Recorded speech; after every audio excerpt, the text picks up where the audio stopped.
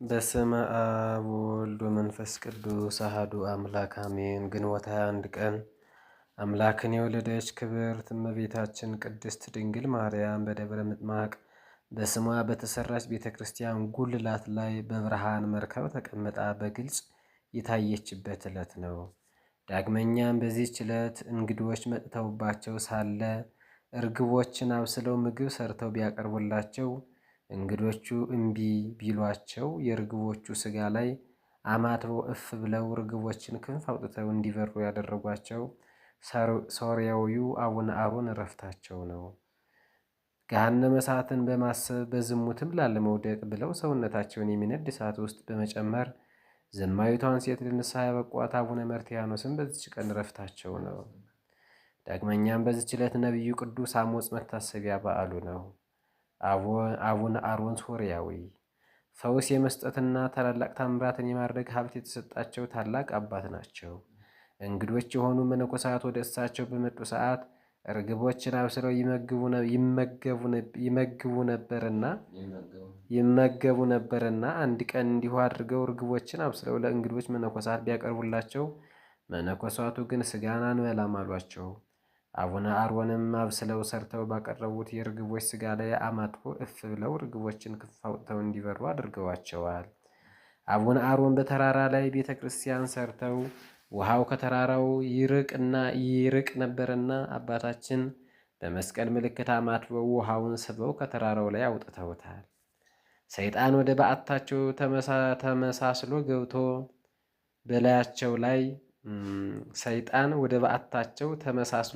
በላያቸው ላይ እጅግ ትልቅ ድንጋይ ጥሎ እገድላቸዋለሁ ብሎ አስቦ በዓታቸው ውስጥ ገባ።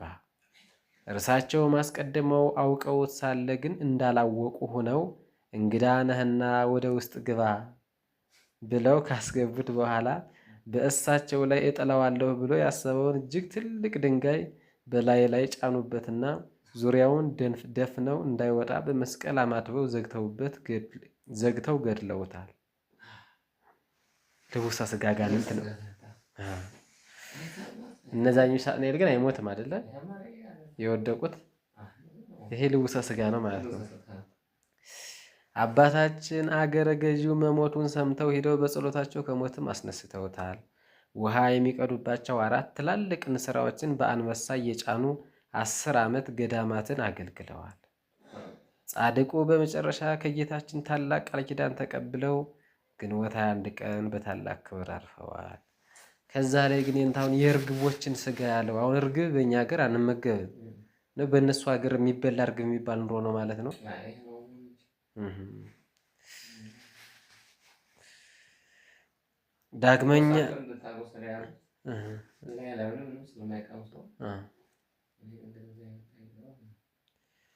ዳግመኛም ግንቦት 21 ቀን ቅዱስ አባ መርትያኖስ ይታሰባል። ይህ ታላቅ ጻድቅ ከልጅነቱ ጀምሮ በቅድስና ሕይወት ያጌጠ ነበር። መንኩሶ ሐመረ ኖህ ወደምትባል ገዳም ገብቶ በታላቅ ተጋድሎ እየተጋደለ 67 ዓመት ኖረ። ወደ ገዳም ገብቶ 67 ዓመት ኖረ። ምግባር ሃይማኖቱ፣ ገድሉና ትሩፋቱ በቦታው ሁሉ በተሰማ ጊዜ እነሆ አንዲት በክፉ ስራዋና በዝሙቷ የታወቀች ኃጢአተኛ አገራቸው ታላቁ ጻድቅ በቅድስና ያጌጡ ነበሩ ነው ያለው። ሐመረ ኖህ ወደምትባል ገዳም እንደገቡ ነው የሚናገረው። አንዲት በክፉ ስራዋና በዝሙቷ የታወቀች ኃጢአተኛ መንዝራ ሴት ቅድስናውን ሰማች። እርሷም መልኳ እጅግ ያማረ ነበር።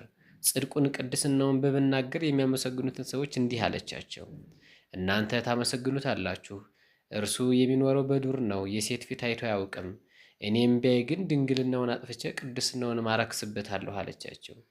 ቅድስናውን የሚያውቁት ሰዎችን በፍጹም እርሱም በፈተና መጣል እንደማትችል ነገሯት። በእነርሱና በዚች ዘማ ሴት መካከል ክርክር በሆነ ጊዜ አባ መርትያኖስ በኃጢአት ከጣለችው ከፍተኛ ገንዘብ ሊሰጧት ተስማሙ። ከዚህም በኋላ ያቺ ዘማ ሴት የምንዝር ጌጦቿን ሰብስባ ተጋጊጣ ልብሶቿን፣ ሽቶዎቿን ይዛ እጅግ የሚያምረውን መልኳን ይበልጥ አስውባ ተከናንማ ወደ አባ መርትያኖስ በዓት አጠገብ ሄዳ ቆየች። ሲመሽላትም የበዓቱን ደጃፍ አንኳኩታ እንዲህ አለችው፣ አራዊት እንዳይበሉኝ በውጭ አትተወኝ። እኔ መጻተኛ ነኝና መንገድም ተሳስቼ ወደዚህ ደረስኩ አለችው። አባ መርትያኖስም በልቡ አሰበ፣ በውጭ ብተዋት አራዊት ይበሏታል፣ ባስገባት ደግሞ ስለ እርሷ ጦር በእኔ ላይ ይነሳብኛል ብሎ አሰበ። ነገር ግን በአውሬ ከምትበላ አስገብቻት ፈተናውን ብቋቋም ይሻላል ብሎ አስገብቷት እርሱ ትቷት ፈቀቅ አለ። ከዚህ በኋላ እርሷ አብሯት እንዲተኛ ለማድረግ ስትል ከዚህ ማንም አያየንም በማለት የዝሙት ሐሳብ አቀረበችለት። አባ መርትያኖስም የሰይጣን ማጥመጃው እንደሆነች አውቋት ትንሽ ታገሽኝ አላትና እንጨት ሰብስቦ ታላቅ እሳት አነደደና እያየችው እግሩን ከእሳቱ ውስጥ ጨመረው። ነፍሱንም እንዲህ አላት፣ የሲኦልን እሳት የምትችይ ከሆንሽ እንሆ ኃጢአትን ስሪ አላት። ያችም ዘማ ሴት ይህን በተመለከተች ጊዜ እጅግ ደነገጠች። አባ መርትያኖስም ከእሳቱ ውስጥ ጎትታ ወጣችው። ልቧም ወደ ንስሐ ተመለሰ። የምንዝር ጌጦችና ልብሶቿን ከላዩ ላይ አውልቃ ጣለችና ለአባ መርትያኖስ ሰግዳ የነፍሷን መንገድ እንዲመራት ለመነችው። እርሱም የዓለም ፍላጎት ሁሉ ኃላፊ እንደሆነ ሲያስተምራት አደረ። በቅዱስ ወንጌል ላይም ዓለምን መውደድ ለእግዚአብሔር ጥል እንደሆነ አታውቁምን? ጠላት እንደሆነ አታውቁምን? እንግዲህ የዓለም ወዳጅ ሊሆን የሚፈቅድ ሁሉ የእግዚአብሔር ጠላት ሆኗል የሚለውን እየጠቀስ አስተማራል። የእግዚአብሔር ወዳጅ አለመሆን በስጋም ሆነ በነፍስ እጅግ ትልቅ የሕይወት ኪሳራ ነው። የእግዚአብሔር ጠላት መሆን ግን ምንኛ የሚያስጨንቅ ነገር ነው። ዳግመኛም ጌታችንም ሰው ዓለምን ሁሉ ቢያተርፍ ነፍሱን ቢያጎድል ምን ይጠቅመዋል? ማንም ዓለምን ቢወድ የአባት ፍቅር በእርሱ ውስጥ የለም። ዓለሙም ምኞቱም ያልፋል። የእግዚአብሔርን ፈቃድ የሚያደርግ ግን ለዘላለም ይኖራል ያለውን እየጠቀሰ አስተማራት። ከቅዱስ ማቴዎስ ወንጌል ምዕራፍ 8 ከቁጥር 34፣ ከቅዱስ ማቴዎስ ወንጌል ምዕራፍ 10 ከቁጥር 39፣ የቅዱስ ዮሐንስ መልእክት ከምዕራፍ 2 ከቁጥር 16 እኒህም ሁሉ እየጠቀሰ ሲያስተምራት አደረ። ከዚህ በኋላ እርሷም ወደ ዓለም ላለመመለስ በፍጹም ልቦናዋ ቆርጣ ንስሐ ገባችና አባ መርትያኖስ ወደ ሴቶች ገዳም ወሰዳትና ለእመምኔቱ አደራ ሰጣት። ከዚያም እርሷ በገድል ተጠምዳ እግዚአብሔርን እያገለገለች ደስ አሰኘችው። የምትፈውስ ሀብትም አድሮባት ብዙ ሕመምተኞችን በጌታችን ስም የምትፈውስ ሆነች። እስከ ሽምግልናዋ ዕድሜ ድረስም በእንደዚህ አይነት ሁኔታ ስታገለግል ኖረች። አባ መርትያኖስም ሌላ ሴት እንዳትመጣበት ፈርቶ በባህር መካከል ወዳለች ደሴት ገብቶ በዚያ ቢኖር በአንድ ወቅት መርከብ ተሰብራ አንዲት ሴት በመርከቧ ስባሪ ተንጠላጥላ ማይበሉ እያናወጠ አባ መርትያኖስ ያለበት በዓት ድረስ ፈቃደ እግዚአብሔር አደረሳት። ሲፈሩ እየተከተሏቸው እርሱም አባ መርትያኖስ እጅግ ደንግጦ እርሷንም እንዲህ አስተምሮ አመንኩሶ ደሴቱን ለእርሷ ጥሎላት ወደ ሌላ ሀገር ደግሞ ሄደ። ከዚያ በኋላ በአንድ ቦታ እንዳይቀመጥ አስቦ በ108 የተለያዩ ሀገሮች እየዞረ በታላቅ ተጋድሎ የሚኖር ሆነ። በ108ቱ ሀገሮችም 108 በዓት ነበሩት። የእረፍቱም ጊዜ እንደቀረበ አውቆ በበዓቱ ውስጥ ራሱን እስረኛ አደረገ። ኤጲስቆጶሱም አስጠርቶ ገድሉን ሁሉ ከመጀመሪያ እስከ መጨረሻ ነገረው። ኤጲስቆጶስም ከጸጋው ገናንነት የተነሳ አደነቀ። ወደ እርሱ ከመምጣቱ በፊት የታዘዘ መልአክ ለኤጲስቆጶሱ ተገልጦለት ስለ አባ መርትያኖስ ሥጋ እንዲያስብ ነግሮት ነበርና ጌታችንም ለአባ መርትያኖስ ቃል ኪዳን ከገባለት በኋላ በሰላም አርፎ ኤጲስቆጶሱ የቤተ ክርስቲያን አገልጋዮችን ሰብስቦ በክብር ገንዞ ቀበረው። ከሥጋውም ታላላቅ ተአምራት ተፈጽሞ ታዩ። የአባታችን የቅዱስ መርትያኖስ ረድኤቱ በረከቱ በሁላችን ላይ ጽፍት ሆኖ ይደር።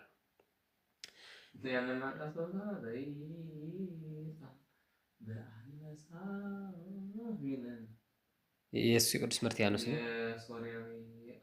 የአቡነ አሮን ምን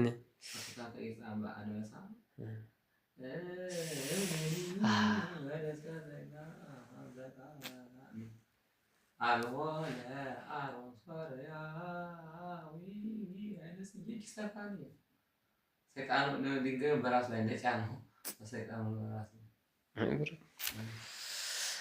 በስመ አብ ወወልድ ወመንፈስ ቅዱስ አሐዱ አምላክ አሜን። ግንቦት 21 ቀን እመቤታችን ቅድስት ድንግል ማርያም በደብረ ምጥማቅ በስሟ በተሰራች ቤተክርስቲያን ጉልላት ላይ በግልጽ ስለመታየቷ ታላቅ ታምር ስለማድረጓ ይነገራል።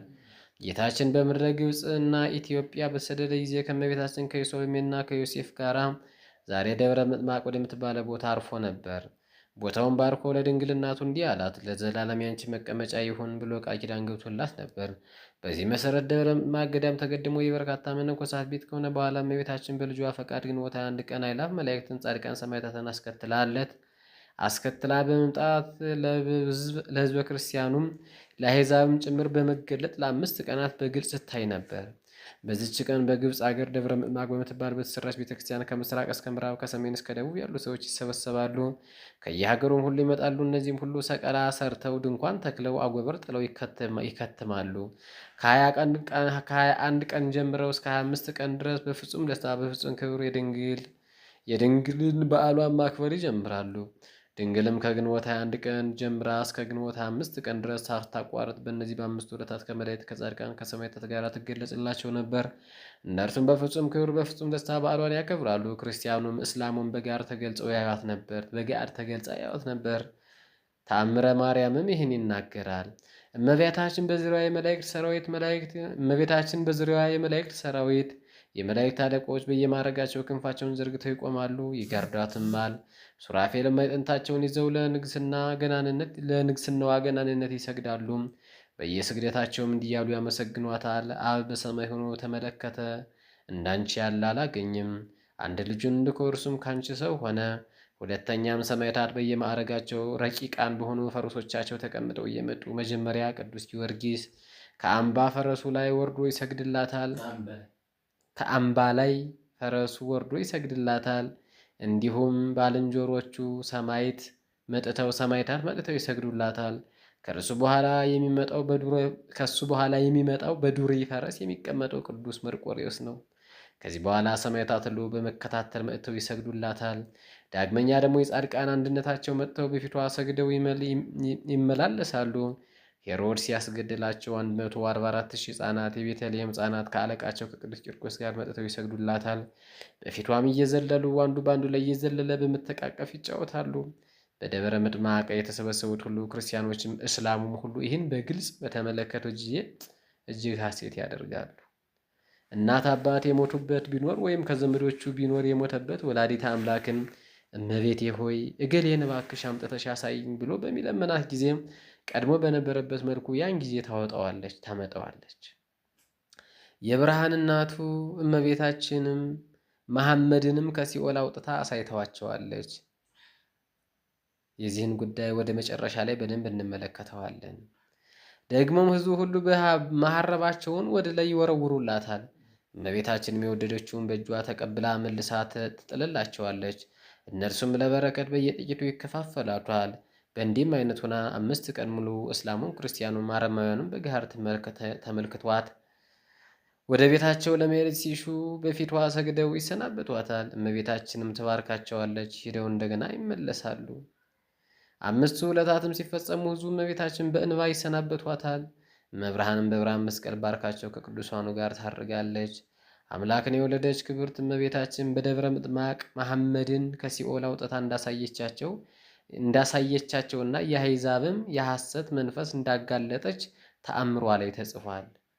እመቤታችን በረድኤትና በቸርነት በደብረ ምጥማቅ ተገልጻላቸው ሳለ የሚያምነው ክርስቲያኑም የማያምነው ሕዝቡ ሁሉ በጋድ ያዩአት ነበር። ጥያቄዎቻቸውን ሁሉም ታሟላላቸው ነበር። ግማሹ ዳዊትን አሳይን ሲሏት ከነበገናው አምጥታ ታሳያቸዋለች። እዝራን አሳይን ሲሏት ከነመሰንቆ አምጥታ ታሳያቸዋለች። ጊዮርጊስን አሳይን ሲሏት ከጻዕዳ ፈረሱ አምጥታ ታሳያቸዋለች። ሁሉንም እንደየጥያቄዎቻቸው ታስተናግዳቸው ነበር። ከመካከላቸው አንዱ ካህን እንዲህ አለ፣ እመቤቴ ሆይ እነዚህ ሙስሊሞች መሐመድ ነቢይ ነው እያሉ ይዘፈዝቡናልና እስቲ እርሱን አሳይን ይሏታል። ያን ጊዜ የብርሃን እናቱ እመቤታችን መሐመድን ከሲኦል አውጥታ አሳይታቸዋለች። እርሱም እንደ ቅሰል ጠቁሮ በገመል ላይ ተጭኖ ነበር።